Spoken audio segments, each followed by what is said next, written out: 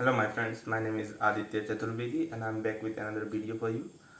Today we are going to resume the same topic that we've started in our previous video, that is financial statement with adjustment.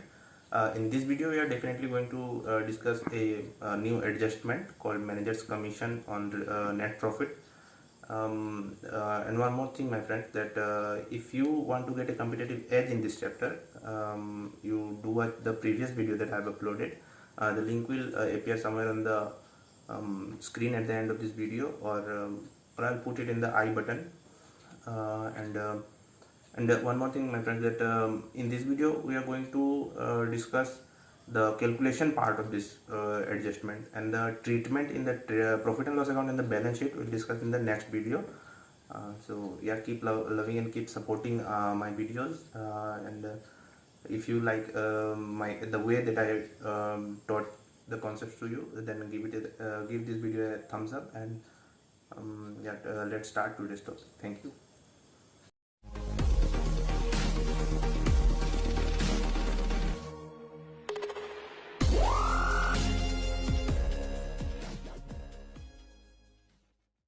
सी ये सब मैंने पहले से prepare करके रखा है. This is basically the concept कि managers commission on profit जो है वो क्यों दिया जाता है. This will set the foundation for you. इसको अगर आप समझ लेते हैं तो फिर आपको फर्दर जो कैलकुलेशन है वो क्यों हो रहा है वो समझने में आपको बहुत ही ज़्यादा मदद मिलेगा इससे. चलो देखो, ये लाइन बाय लाइन में पढ़ के समझा दूंगा, आपको कोई प्रॉब्लम नहीं होगा. और वैसे जो हमारा पुराना स्टाइल रहता है, यहाँ से शुरू होकर फिर यहीं पे आके ख़त्म करेंगे क्लास को. ठीक है, चलो. A manager of an organisation work very hard. He manages all the resources including human resource. तो ये क्या बोल रहा है कि मतलब एक manager of an organisation work very hard. He manages all the resources including human resource. तो रिसोर्सेज तो कई प्रकार के हो सकते हैं, जैसे इन्वेंटरी. यहाँ पे मैं लिख देता हूँ, जैसे रिसोर्सेस जैसे इन्वेंटरी,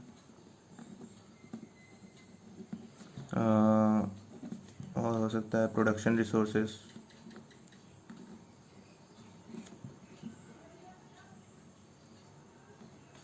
रिसोर्सेस, उसके बाद लैंड, बिल्डिंग, पर्सनल्स एट्सेट्रा. और भी बहुत सारे हो सकते हैं, टाइम, फर्नीचर, ऐसे करके बहुत सारा हो सकता है. तो a manager of an organisation work very hard और he manages all the resources, और वो इन सारे रिसोर्स को मैनेज करता है. तो इसके लिए क्या होता है कि समटाइम्स मैनेजर, यहाँ पे समटाइम्स मैनेजर में डिमांड और द ऑर्गेनाइजेशन में suo motu agree to give commission to manager on net profit. देखो यहाँ पे मैं हाईलाइट कर देता हूँ. देखो सामने मैनेजर में डिमांड और द ऑर्गेनाइजेशन में सुओ मोटू मतलब खुद से, ऑर्गेनाइजेशन खुद से. तो क्या होता है कि समटाइम्स मैनेजर में डिमांड मतलब समटाइम मैनेजर खुद से डिमांड कर सकता है, या फिर ऑर्गेनाइजेशन में सुओ मोटू मतलब ऑर्गेनाइजेशन खुद से भी एग्री कर सकता है कि to give commission to manager on net profit. ये अभी छोड़ते हैं, ये एडवांस लेवल वाला डिस्कशन है आज के लेक्चर का, तो इसको अभी छोड़ते हैं. तो क्या होता है, अब इसको देखो, इसको समझने के लिए फिर से मैंने यहाँ पे और भी बहुत सारा कुछ लिखा है. देखो समटाइम्स मैनेजर में डिमांड, तो डिमांड यहाँ पे मैंने और मतलब मैनेजर कब डिमांड कर सकता है, तो उसका आंसर यहाँ पे मैंने लिख दिया है. ये क्या है कि मैनेजर इज, देखो management is an art of getting things done through others. मतलब ये हमने शायद क्लास 11 या क्लास 12 में पढ़ा है इसको हमने बिजनेस स्टडीज में, कि management is an art of getting things done through others. Management एक कला है, दूसरों से काम लेने का एक कला है. मैनेजमेंट इज एन आर्ट मतलब कला है. Management is an art of getting things done through others. Management himself do not participate in the work, rather he gives direction to his subordinate. मतलब जो मैनेजर है वो जो काम है उसमें वो खुद काम नहीं करेगा, वो दूसरों से काम लेगा वहाँ पे. ठीक है. उसके बाद क्या लिखा मैंने, however manager himself will be responsible for any discrepancy of his subordinate. भले वो काम दूसरों से करा रहा है, but if any discrepancy of arise due to the act of his subordinates, then the manager himself will be responsible, क्योंकि जो रेस्पॉन्सिबिलिटी है वो मैनेजर के ऊपर रहता है और वो काम दूसरों से करवाता है। ठीक है, डिस्क्रिपेंसी मतलब अगर सपोज कुछ वो खराब कर दे, because manager is a skilled person no doubt, लेकिन जो जिससे वो काम करवा रहा है he might be an unskilled person, तो उससे क्या होता है कि मतलब वो एक रिस्क फैक्टर वहाँ पे इन्वॉल्व होता है। Hence this job profile involve high risk factor, क्योंकि वो खुद तो काम जानता है पर वो दूसरों से करवा रहा है, but he is only managing the resources, he is managing the personal resources there. तो यहाँ पे क्या होगा, hence this job profile involve high risk factor, as he is bearing this level of risk he may demand commission. तो मतलब वो commission demand कर सकता है because he is bearing a high level of risk in the organisation, और organisation को भी देना पड़ेगा बिकॉज इफ मैनेजर अगर एफिशिएंटली अगर वो काम नहीं करेगा तो फिर वो जो जिस लेवल का प्रॉफिट एक ऑर्गेनाइजेशन अभी तक अर्न कर रहा था वो प्रॉफिट अब वो अर्न नहीं करेगा, क्योंकि पहले रिसोर्स को तो पहले प्रॉपर्ली मैनेज करना पड़ेगा, ऑप्टिमम यूटिलाइज करना पड़ेगा। अगर वो यूज़ ही नहीं हो रहा तो फिर वो वहाँ पे उस ऑर्गेनाइजेशन को प्रॉफिट नहीं होगा। इसलिए यहाँ पे मैनेजर के पास एक प्लस पॉइंट रहता है कि he may demand that the commission should be paid to him. और क्या होता है, कभी कभी ऑर्गेनाइजेशन सुओ मतलब ऑर्गेनाइजेशन खुद से भी कभी कभी जो कमीशन है वो दे सकता है। कैसे देगा, क्यों देगा, उसको मैंने यहाँ पे लिख दिया, देखो कैसे। Sometimes organisation just to keep manager motivated, manager को मोटिवेट करने के लिए ऑर्गेनाइजेशन समटाइम कमीशन दे सकता है, सुओ मोटो खुद से भी दे सकता है। May give a certain percentage of net profit to its manager, certain percentage, इसको मैं यहाँ पे हाईलाइट करना चाहूंगा, देखो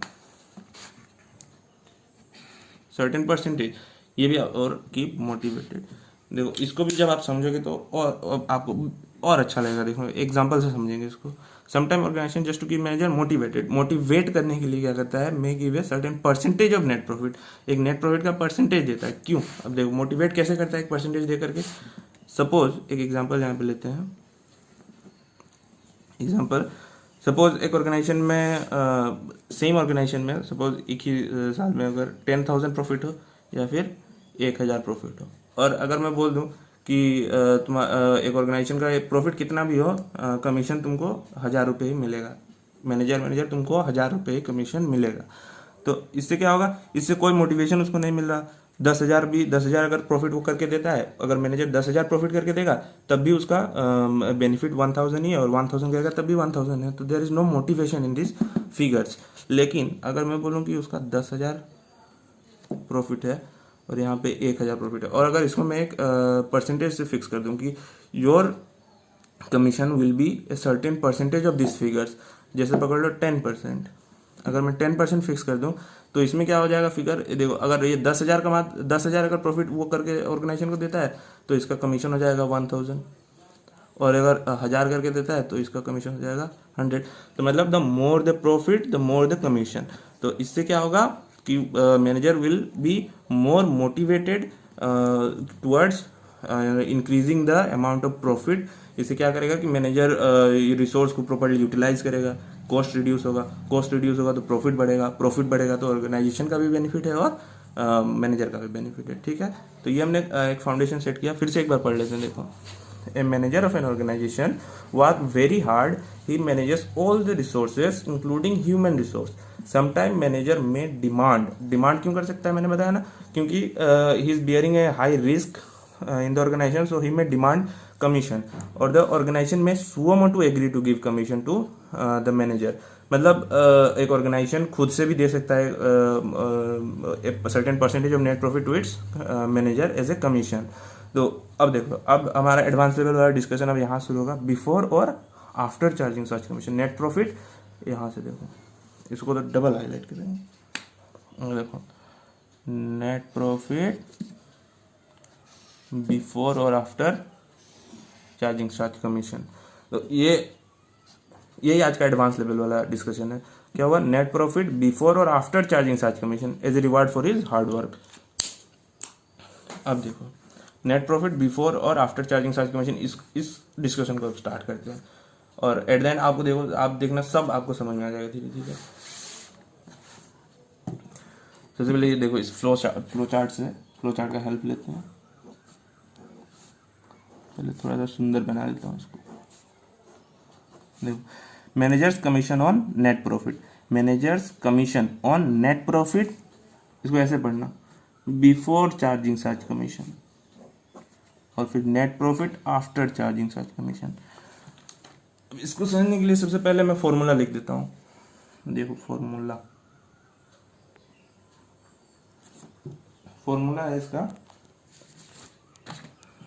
है इसका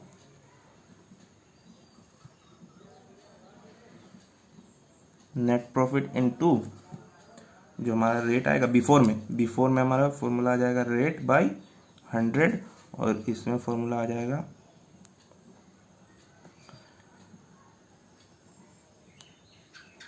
net profit into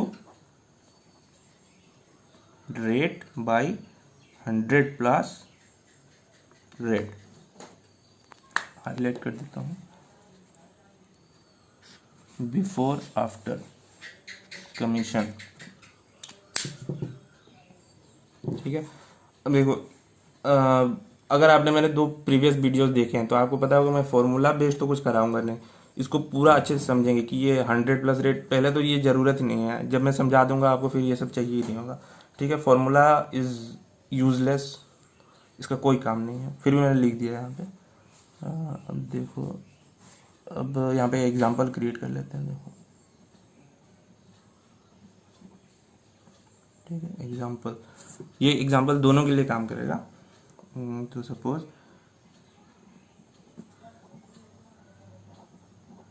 gross profit हमारा 78,000, ऑफिस एक्सपेंस है 3,000,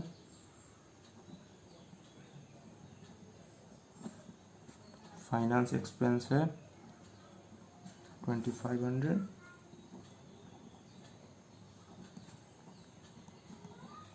सेलिंग एक्सपेंस है 6,500। ठीक है, और मैनेजर्स कमीशन का मैं यहाँ पे लिख देता हूँ, मैनेजर्स कमीशन रेट 10%, और नेट प्रॉफिट, और यहाँ मैं ऐसे लिख देता हूँ, मतलब यहाँ पे और भी, जैसे यहाँ ऑन नेट प्रॉफिट बिफोर भी हो सकता है और आफ्टर भी हो सकता है। ठीक, और managers commission at the rate 10% और नेट प्रॉफिट बिफोर और आफ्टर। ठीक है, ये एग्जांपल दोनों के लिए काम करेगा। अभी इसको ऐसे बना देते हैं, ऐसे, इसके लिए भी काम करेगा, ये इसके लिए। ठीक है,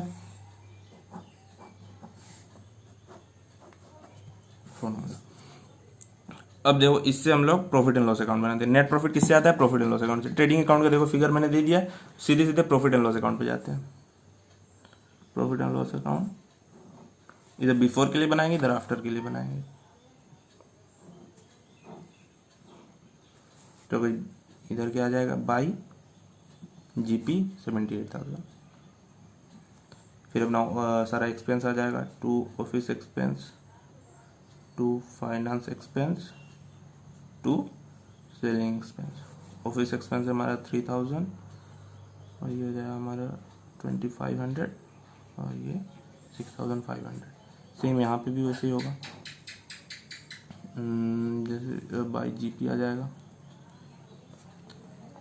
78,000, टू ओई ये आ जाएगा 3,000, टू ये आ जाएगा 2,500, टू एस आ जाएगा 6,500। थोड़ा शॉर्टकट यूज़ कर रहा हूँ, थोड़ा समय आपका भी बचे।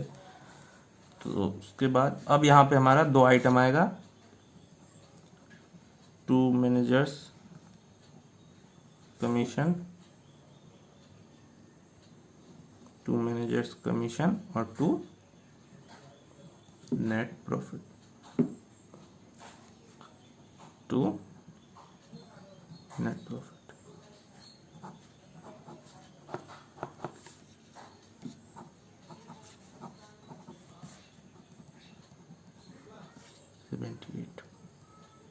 ये भी आ जाएगा 78। चलो एक एग्जांपल आपके पास पूरा पूरा रेडी कर दिया मैंने।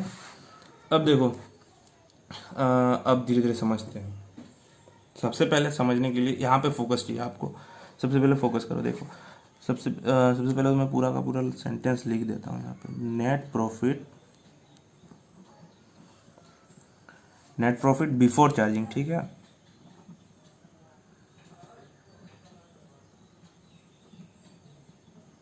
Before charging such commission.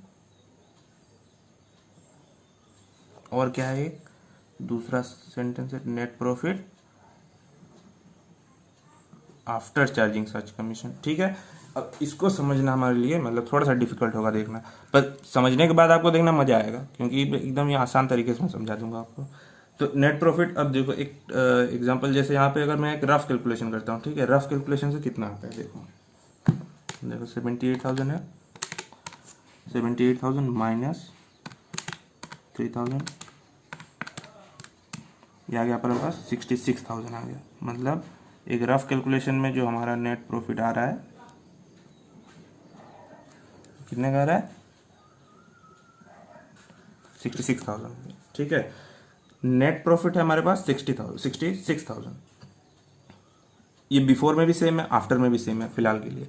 पर अभी हमको कमीशन का लैंग्वेज क्या बोला है? कमीशन का लैंग्वेज बोला है कि नेट प्रॉफिट जो कमीशन है, managers commission is charged on, managers commission is charged on net profit before charging such commission. मतलब जो नेट प्रॉफिट है, ये net profit before charging such commission, before charging such commission है, before charging such commission.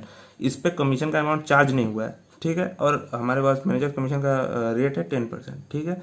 तो manager commission क्या होगा, managers commission इसका 10%, ठीक है, easy.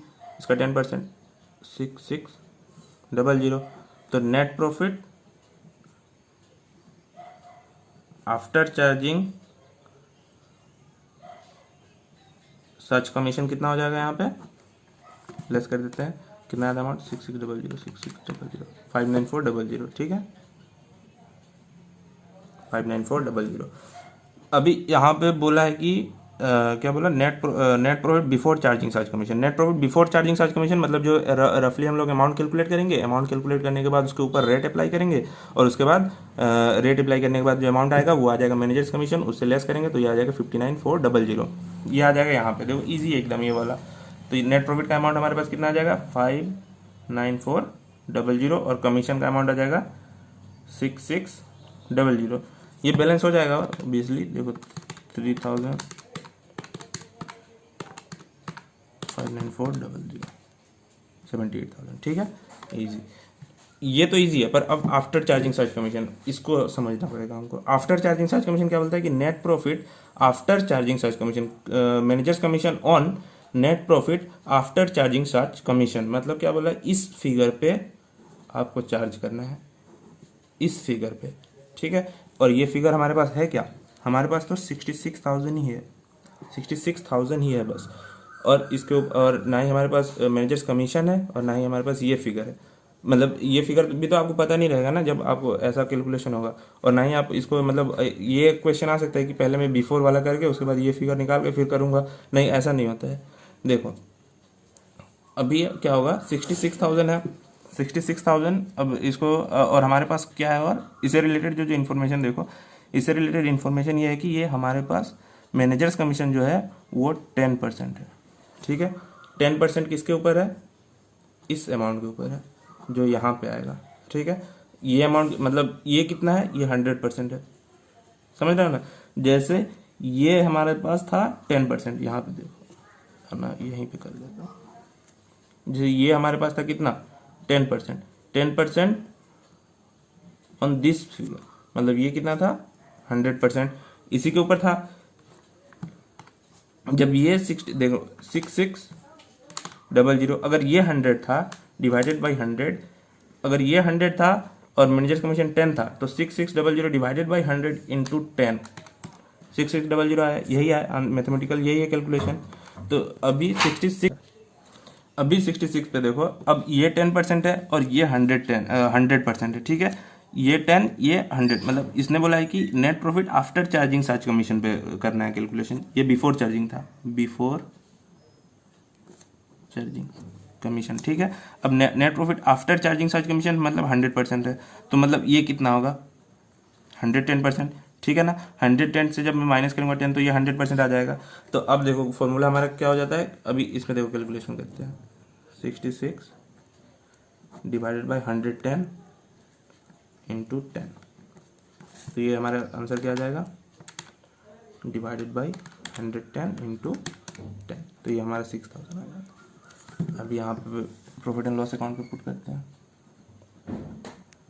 Profit and loss account, profit and loss account, managers commission हमारे पास कितना आ जाता है इस केस में 6000, और फिर नेट प्रॉफिट आ जाएगा हमारे पास